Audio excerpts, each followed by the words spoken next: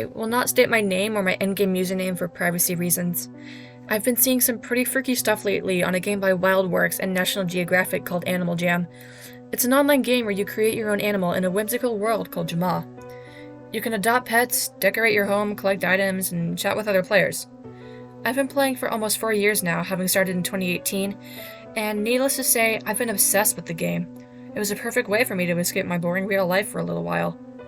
Now, I heard of the usual Animal Jam hackers and creepypastas that were said to either steal your account or give your computer a virus, but this felt different. There's another feature in the game known as adventures. They are like little mini-games that involve playing your way through new areas and helping these special animals called alphas with keeping Jamaa safe.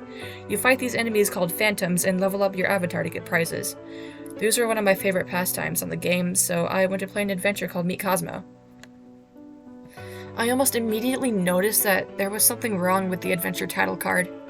Instead of saying the normal Meet Cosmo, the title read Lonely Cosmo in an entirely different font than the usual Animal Jam style. Confused, I reloaded the page, but now the adventure icon wouldn't say anything. There was just a blank space where the name once was. I just decided to forget about it and play the adventure as usual.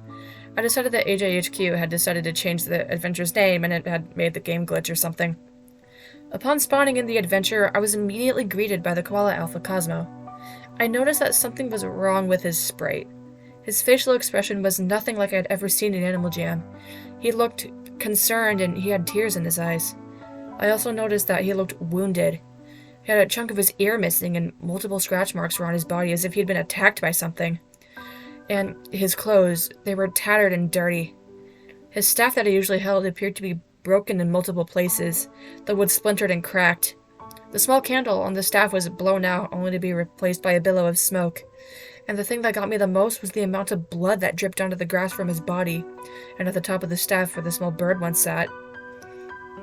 This was weird because Animal Jam never usually showed gore or any sort of blood at all. I felt my heart sink as I noticed that there was almost zero life in the area.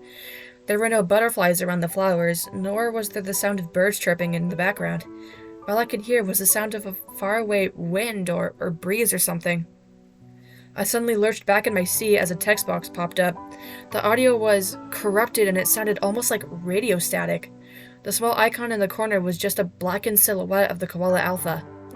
What was typed in the box was, well, it wasn't anything I could understand. It just looked like a bunch of random characters or some sort of code.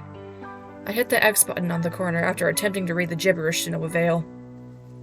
I moved away from the area, noticing that the surrounding buildings and the well that held the watering can to water the crops appeared to have fallen into an almost abandoned-looking state. The well was cracked and no longer held water, but instead held the purple and polluted liquid that you see in the river before purifying it. The fencing around the gardens was rotted away and looked moments away from collapsing. Even Cosmo's house had fallen into disrepair. Windows were shattered, wood splintered and rotten. I noticed that the entrance to the house was just a black void of darkness, as if the texture had been taken out. Then once again, a text box appeared with the same screech of garbled radio static. I quickly turned the volume of the game down, hoping I'd be able to spare my eardrums from the awful noise. The text box, however, had the same gibberish as before, but would begin to flash into something more normal of which I was able to read and understand. The box said, N, spelled out in all capitals, and written in a red font. I didn't want to, but my curiosity got the better of me. I clicked the entrance to Cosmo's house, and when I did so, the game began to chug violently. I could hear my computer fan beginning to whir as if the game was trying to process a whole lot of something I couldn't see. I almost audibly gasped as I noticed the inside of Cosmo's house. It was all just a black void. The stone walls were still there in their decrepit and rotting state, but the floor was just black. My animal moved at pretty much half of the usual walking speed. It took me almost 30 seconds for me to make it to the staircase. The entire house's floor was just of that black darkness. As I moved up the leaf staircase, I noticed that all of the plant life inside the house that would usually be bright and colorful was all wilting or dying. As I moved up the staircase, I saw there was some sort of like a figure in the hammock. It was covered with what seemed to be a patchwork blanket, but I could clearly make out the shape of an animal's body. Dark stains adorned the covered figure. Static screeched through my headphones as I reached the top of the stairs. I swear I unmuted the game. I jumped up and almost threw my headphones across the room. This time the static was deafening. My ears rung painfully for a few minutes.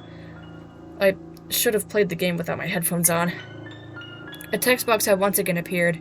The text was read and distorted once again. It said, "This is why I'm alone. They did it. They left me.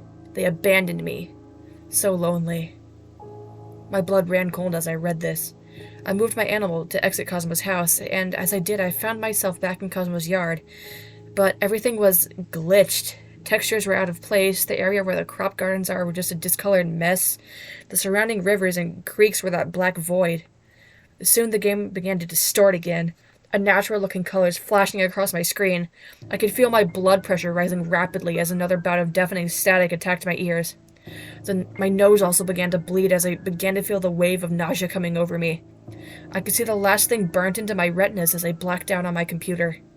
Too lonely.